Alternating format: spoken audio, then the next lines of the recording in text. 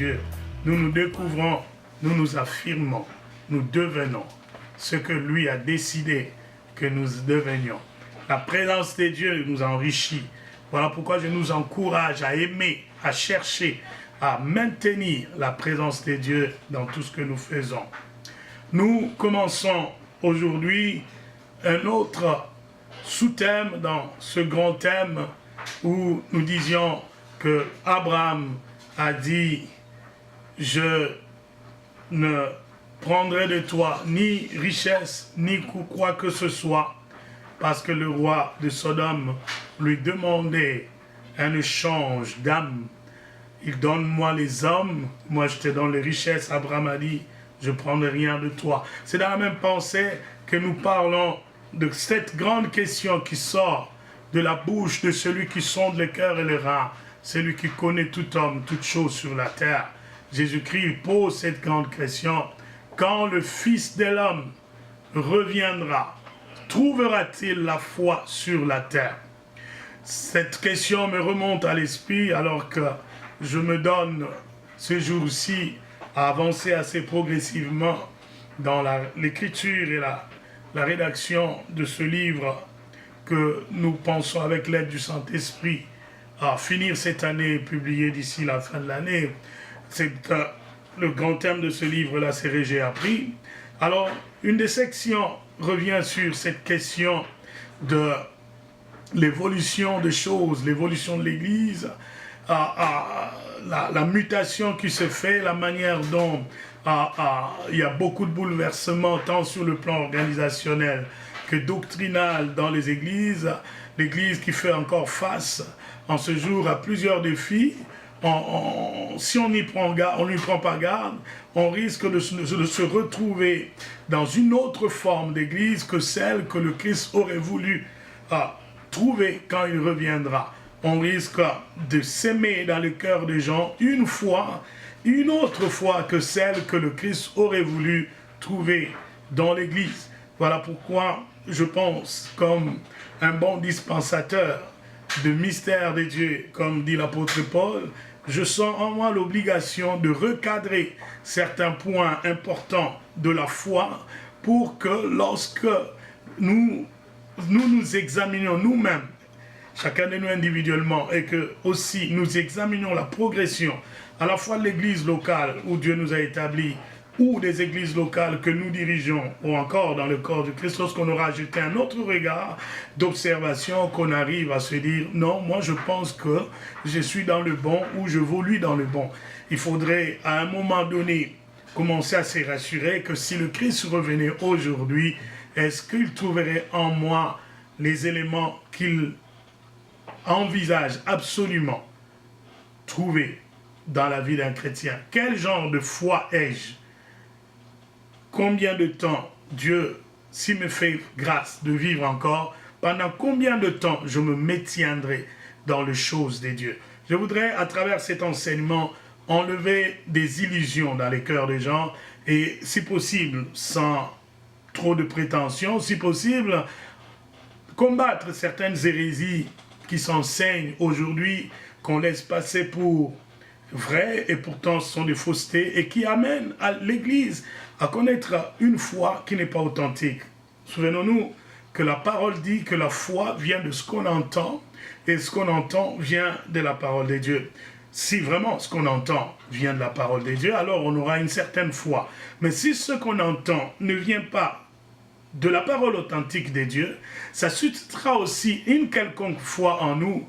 Mais est-ce que ça serait la foi que le Christ aimerait trouver lorsqu'il reviendra? De prime abord, je voudrais nous rappeler que nous, en tant que prédicateurs, et tout chacun d'entre nous en tant qu'enfants de Dieu, nous ne devrons jamais perdre de vue que le Christ reviendra. Il reviendra certainement. Alors, lorsque je regarde ces dernières années, si pas à prendre juste les 12 derniers mois, les différentes prédications que j'ai vues, personnellement, j'ai essayé de suivre sur YouTube et différentes plateformes, de voir un peu qu'est-ce qui fait l'objet des messages de l'Église ces 12 derniers mois. Il y en a très peu. Le pourcentage, je pense que ça n'atteint même pas 1%. Le pourcentage de prédications qui mettent l'accent sur la vérité, l'évidence selon laquelle le Christ reviendra, le pourcentage est tellement minime que je me pose la question jusqu'où se retrouve la prise de conscience des leaders que l'Église a comme première mission de préparer l'épouse car l'époux revient bientôt. Notre première mission, ce n'est pas de faire des adeptes. Notre première mission, ce n'est pas de faire des membres de l'Église. Parce que la mission de l'Église, c'est de faire de quiconque des disciples. Or, des disciples, ils arrivent à refléter en philosophie, en comportement et en mode de vie l'enseignement, la doctrine et l'esprit du maître. Donc, il faudrait qu'à un moment donné, lorsqu'on regarde ta vie, ma vie, on le met sur une échelle de temps, qu'on se dise, tu es réellement disciple du Christ, parce que tu reflètes la philosophie du Seigneur, le comportement qu'avait le Christ, car n'oubliez pas qu'il y a des textes qui nous rappellent que nous devons avoir des sentiments qui animaient Jésus. Quand il a vécu parmi les hommes, il a eu à gérer l'humanité d'une certaine manière. Nous devons arriver à reproduire le comment il a vécu et enfin espérer que quand il reviendra, il puisse avoir une sanction positive sur chacun d'entre nous, qu'il dise que « Viens, entre dans mon repos, bon et fidèle serviteur ». Si on perd de vue cet élément-là, tout comportement qu'on aurait dans l'Église risquerait de nous éloigner de la foi dont parle Jésus. Regarde avec moi absolument une des définitions du mot foi. La foi, c'est que la foi, en grec, c'est pistis qui veut dire conviction de la vérité de toute chose, croyance à une absolue. Tellement que tu as cru à l'absolu, à quelque chose qui n'est pas altérable, à quelque chose qui ne peut pas changer, qu'on ne peut pas modifier, à quelque chose qui est solide et permanent, alors ta conviction aussi, elle est solide, inébranlable, immuable, elle reste constante. La foi est une conviction qu'on base sur une vérité qui a été éprouvée. Si la vérité sur laquelle tu bases ta foi n'a pas été éprouvée, c'est que ta foi non plus n'est pas vérité, n'est pas une conviction positive. La foi, pistis, c'est aussi, en parlant du Christ, c'est une conviction forte que Jésus-Christ a bel et bien existé, il a bel et bien été, il a bel et bien enseigné, il est réellement mort et il est réellement ressuscité et il reviendra réellement parce que tout ce qu'il a dit est ainsi et amen. Notre foi, pistis, c'est une conviction qui reste constante au fil des années, quel que soit le changement et la mutation, le bouleversement tout autour de nous, notre conviction reste inébranlable. C'est là que le Christ commence à m'inquiéter parce que les textes qu'il utilise pour enfin sortir cette question combien bouleversante, c'est un texte qu'on va découvrir ensemble qui parle de la justice d'un juge unique, un juge qui ne connaît pas Dieu, mais qui rend quand même justice à une femme qui demande constamment justice. Le verset 5 de Luc 18 dit ceci. « Néanmoins, parce que cette veuve m'importune, je lui ferai justice, afin qu'elle ne vienne pas sans cesse me rompre la tête. » Le Seigneur ajouta, « Entendez ce que dit le juste unique, et Dieu ne fera-t-il pas justice à ses élus, qui crient à lui jour et nuit, et tiendra-t-il à leur égard? Est-ce qu'il tardera? Est-ce qu'il tardera à leur égard? Je vous l'ai dit, il leur fera promptement justice. Mais quand le Fils de l'homme reviendra, trouvera-t-il la foi sur la terre?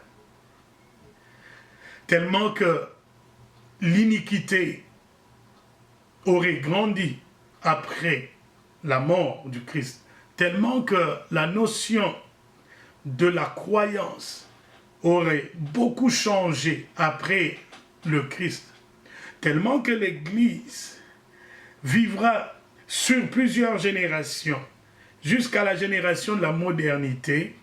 Au regard de l'évolution des choses, commençons à nous poser la question, est-ce que nous sommes toujours dans la même foi dont parlait Jésus? À quoi consistait la foi dont parlait Jésus? Un des premiers éléments de la foi authentique, c'est que la foi n'a pas besoin de voir pour croire. Notre foi en nous, on n'a pas besoin de voir pour croire. On croit d'abord, et cette foi-là amène au monde physique des choses qui existent déjà. Mais les prédications d'aujourd'hui sont basées sur des démonstrations, en se disant que ce sont ces démonstrations qui vont provoquer la foi. Lorsqu'on regarde à plusieurs affiches, posters, publications, on utilise la méthode de la sollicitation pour créer l'intérêt. Pour créer l'intérêt, il faut que je mette quelque chose de captivant, comme ça te donne la confiance que cet homme qui m'invite à la réunion, au culte ou à la croisade ou à la conférence, c'est un homme en qui je peux placer ma confiance, parce que d'ailleurs, j'ai vu une vidéo où il priait sur les gens et les gens sont tombés. J'ai vu une vidéo où il prophétisait et c'était des paroles justes. J'ai vu une vidéo où il était en train d'imposer le main et il y a eu des guérisons. Alors, on va voir maintenant, les gens vont dans une approche évangélique telle que il faut que le visuel soit l'argument d'attraction. Et pourtant, la foi dont parle Jésus, c'est une foi qui nous pousserait à croire d'abord sans voir. Parce que la foi ne vient pas de ce qu'on voit, la foi vient de ce qu'on entend. Il faut qu'on entende d'abord la parole. Il faut qu'on entende la parole. Une église qui fonctionne sur base de toutes les méthodes modernes, du marketing, de la communication, de la publicité, qui sont dignes d'approbation, mais qui ne met pas d'accent sur la primauté de la parole, sur toutes ces méthodes, il est en train de créer dans le cœur, ses serviteurs sont en train de créer dans le cœur des membres une foi qui est purement une foi passagère, une foi de consommation. On va consommer le produit miracle que tu nous présentes sans vouloir avoir une relation avec celui qui fait ces miracles.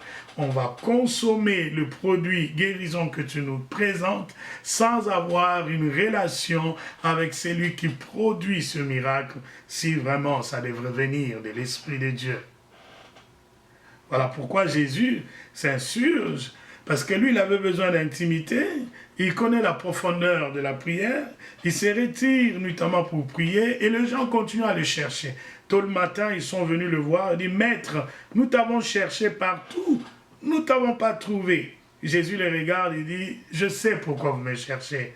Vous ne me cherchez pas parce que vous m'aimez tant, vous me cherchez parce que vous aviez mangé du pain et vous voulez en manger encore. » Leur foi, c'est une foi de miracle. C'est une foi basée sur l'obtention. Nous avons obtenu hier. Si nous continuons à les suivre, nous obtiendrons aussi aujourd'hui. Ce n'est pas la foi qui ferait que même si on ne voit pas Jésus, on peut espérer que la main de Dieu peut agir. Ils ont besoin constamment de ce Dieu qui opère pour que le visuel produise la foi. Si tu as une telle foi, je t'ai dit déjà que la question de Jésus te concerne. Quand le Fils de l'homme viendra, trouvera-t-il la foi en toi? Parce que, on va voir ça demain, il y a un grand danger de ne baser que le message de l'Église sur les opérations et les actions, parce que même du temps des apôtres, alors que les apôtres étaient en train de prêcher la parole et que le besoin de guérison était là, ils priaient pour les gens. Il y a eu un homme qu'on appelait aussi Bar Jésus. Il n'était pas trop loin. Il voulait, par imitation, faire les choses comme les apôtres. Et l'esprit de séduction des temps de la fin est déjà en train d'agir. Il y a des gens qui font des copies de ce que l'Esprit de Dieu peut faire. Ils veulent imiter ce que les authentiques font. Ils vont aller même plus loin à aller rechercher de puissances démoniaques pour opérer des miracles parce qu'ils ont compris que c'est le nouveau mode de fonctionnement dans l'Église moderne. L'Église moderne est une Église qui est un danger pour tous ceux-là qui ont la foi qu'on appelle pistis, la foi constante. Ce n'est pas une foi qui s'adapte avec l'évolution de mœurs, ce n'est pas une foi qui s'adapte avec les cultures, ce n'est pas une foi qui s'adapte avec les traditions. Notre foi est constante comme la parole de Dieu elle-même est constante. Si ta foi est basée sur la parole, tu verras, quel que soit le pays où tu es, quel que soit le temps qui passe, tes convictions seront solides, stables, inébranlables. Parce que la parole de Dieu ne s'adapte pas à l'évolution. Mais la parole de Dieu, elle est ainsi et amen en tout temps, à travers les siècles. Elle reste la même. Pourquoi la parole de Dieu changerait? Parce que même si on nous parle de l'évolution de la modernité, il y a une constance. Le cœur de l'homme n'a pas évolué. Le cœur de l'homme est resté le même. Le cœur de l'homme est resté le même depuis les temps anciens. Alors pourquoi la parole de Dieu devrait évoluer? La notion du péché reste la même. Le péché comme peccatos, transgression à la parole de Dieu, elle resterait la même, cette notion-là, jusqu'à la fin du temps. Pourquoi la foi doit évoluer? On entend souvent les gens dire « Ah, ce sont des anciennes choses. Maintenant, l'Église a évolué. » Mais quelle est l'évolution de l'Église? C'est quoi l'évolution de l'Église? Donc, on s'adapte à des mœurs, à des valeurs, même celles qui sont contraires à ce que Dieu dit. C'est ça l'évolution. Déjà du temps de Jésus, Jésus, il voit le danger que court l'Église. Quand le Fils de l'homme viendra, trouvera-t-il la foi dans la simplicité? Une foi aussi simple. Pourquoi nous compliquons l'Évangile? La foi est simple. La foi est simple. Quand le Fils de l'homme viendra, trouvera-t-il encore une église qui prêche la sobriété, ou il va trouver une église d'extravagance, où on confond la grandeur, l'élévation avec la notoriété séculière, la visibilité mondaine? Ce n'est pas parce que tu es très connu que devant Dieu tu es un grand. Jésus regarde un occupant pour les Juifs, un représentant de l'autorité romaine. Il entend cet homme parler. À la fin, Jésus lui dit « J'ai traversé tout Israël. Je n'ai pas vu un seul homme qui a la foi plus que cet homme-ci. » Et pourtant, théologiquement, un Romain ne peut pas avoir la foi comme un Juif. Car le Juif connaît Yahvé. Le Romain, il a plusieurs divinités qui prient.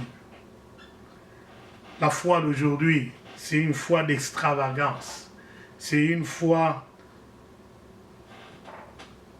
d'exhibition. On veut prouver qu'on est grand. On veut prouver qu'on est arrivé. Pendant que Jésus regarde dans le fondement même de ta foi, il trouve que tu n'es qu'un faiseur de bruit. Tu n'as aucune confiance en Dieu parce que dans ta façon d'agir, tu ne comptes que sur ta force, tes méthodes de travail, sur ta popularité et le nombre de gens qui peuvent te soutenir.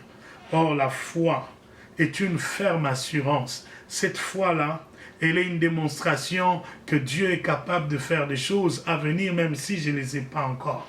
Ta foi, toi, est-elle basée sur le nombre de likes, le nombre de vies, les gens qui te consacrent leur temps, le nombre de gens qu'il y a dans l'église, ou ta foi est basée sur la véracité de la parole, l'efficacité de la parole? Je ne voudrais pas être trop long ce soir, j'ai introduit cet enseignement pour commencer à corriger certaines hérésies. Beaucoup de gens pensent que être grand devant Dieu, c'est synonyme de que tout ce que tu fais évolue bien, marche bien, alors tu es un homme approuvé devant Dieu. La foi basée sur le succès. On pense que le succès est une conséquence irréfutable que cette personne-là a la foi. Et pourtant, c'est le contraire. La foi de Moïse a été approuvée lorsqu'il était dans une situation où tout le monde ne peut pas croire que par un seul bâton, tu peux faire sortir tout un peuple de l'Égypte et l'amener sur la terre promise. La foi d'Abraham a été éprouvée pendant que Dieu lui demandait des choses que le commun des hommes ne pouvait pas accepter. Consacre-moi l'unique enfant que tu as. Donne-le-moi. Tu te mets à l'exécution sans logique, sans comprendre le pourquoi. Et tu n'auras aucun argument à donner à ta femme au retour si jamais l'enfant était mort. Qu'est-ce que tu lui expliquerais des rationnels? Que c'est Dieu qui avait demandé?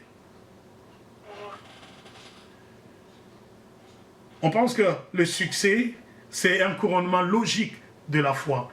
Or, dans les échecs de certains, on peut trouver qu'ils ont plus de foi que ceux-là qui ont réussi.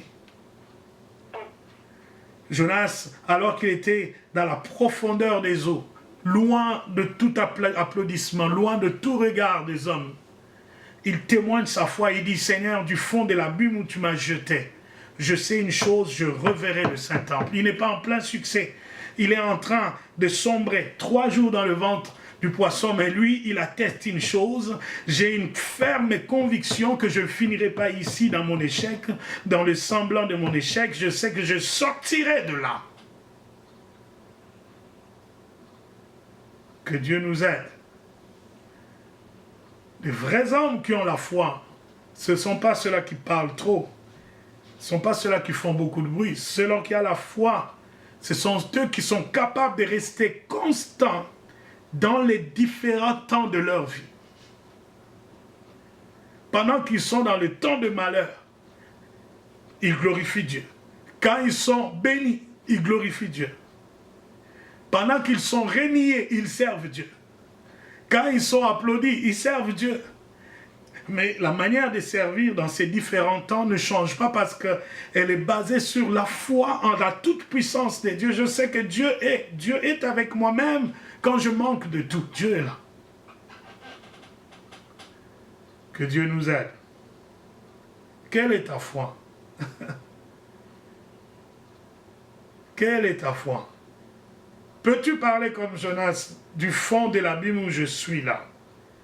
Il n'a pas dit, Seigneur, si tu me sors d'ici, c'est alors que je croirai que tu es le Tout-Puissant. Non, il a dit, du fond de l'abîme où tu m'as jeté, je reverrai le Saint-Temple.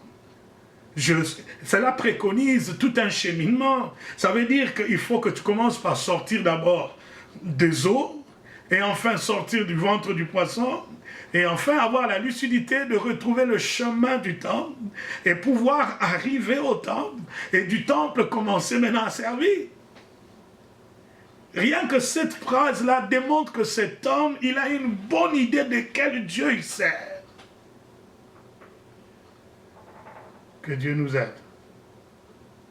La foi nous permet, même au milieu des tumultes, de faire des déclarations, non pas comme des slogans, mais des paroles de certitude basées sur l'identité, les attributs et la toute-puissance de notre Dieu. Ça nous rend fous. Les gens ne nous comprennent pas. Comment un homme normal qui vit ce genre de choses peut chanter. En fait, je chante parce que j'anticipe. La Bible dit, heureux ceux qui habitent la maison de l'Éternel, ceux qui trouvent en l'Éternel leur force, car ils le loueront encore. Même si la louange est partie aujourd'hui de ma vie, je ne perds pas ma foi. Je continue à faire confiance à Dieu parce que je sais que c'est un Dieu qui agit aussi d'une manière cyclique. La louange est partie, elle reviendra. Il y aura une autre saison qui viendra me visiter.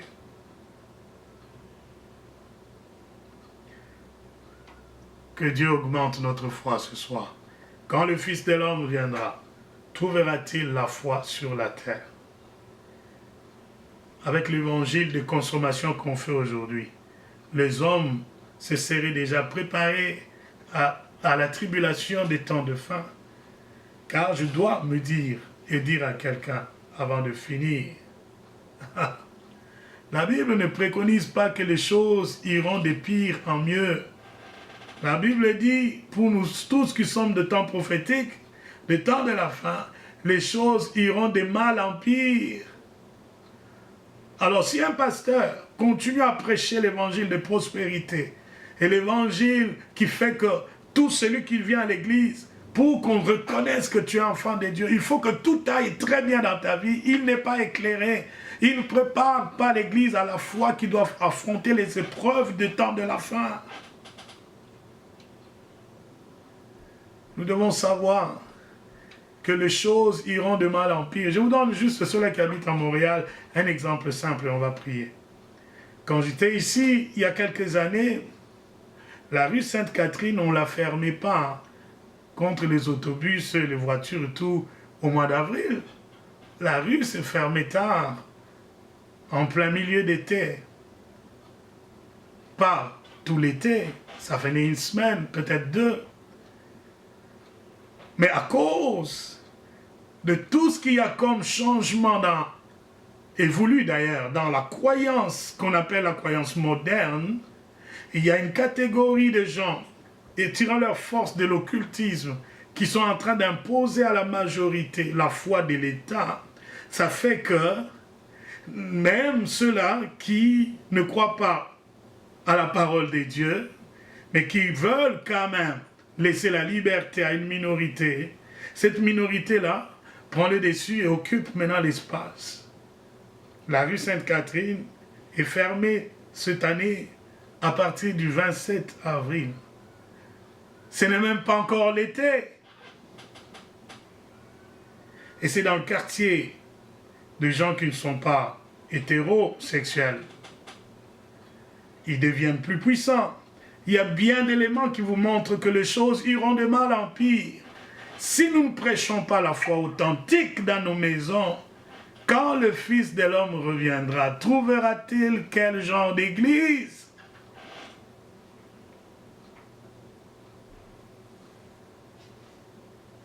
Seigneur, je prie ce soir pour tous ceux-là qui nous suivent, pour moi et d'autres qui viendront après. Donne-nous la foi selon toi. Une foi qui croit à ta parole. Éloigne de moi cette philosophie moderne d'écarter les gens des principes fondamentaux de la parole et de leur miroiter rien que les effets de la parole. On ne veut pas les effets, on veut la parole. C'est la parole qui est esprit et la parole est vie. Laisse que, Seigneur, dans l'exercice du ministère, nous arrivions à amener le peuple le plus possible que tu nous donneras, de brebis que tu nous donneras de paître, nous puissions amener le plus possible à t'aimer, toi, le Christ, que ce que toi, tu es capable de faire. Nous voulons avoir une foi attachée à toi, que à ce que toi, tu nous donnes, à ce que toi, tu fais. Nous voulons croire à un Dieu que aux effets et aux actions du Dieu tout-puissant que tu es. Nous voulons t'aimer, toi, le Seigneur. Nous voulons te servir, toi, le Seigneur. Car la foi vient de ce qu'on entend, et ce qu'on entend vient de ta parole. Permets que je prêche la parole dans l'église où tu m'as établi. Permets que je ne sois pas complaisant par rapport à tes attentes lorsque nous devons parler des attentes de Dieu au milieu des âmes. Seigneur, nous ne voulons pas moderniser l'évangile, mais nous voulons que ta parole soit ainsi et amen en tout temps. Je prie pour les membres de l'église locale, Mission Tadema. Il y en a qui ont une foi qui chancelle. Ils ont une foi qui est attachée sur des personnes. Une foi des circonstances et de temps. Mais je prie pour que tu réveilles ceux-là qui s'endorment. Qu'ils comprennent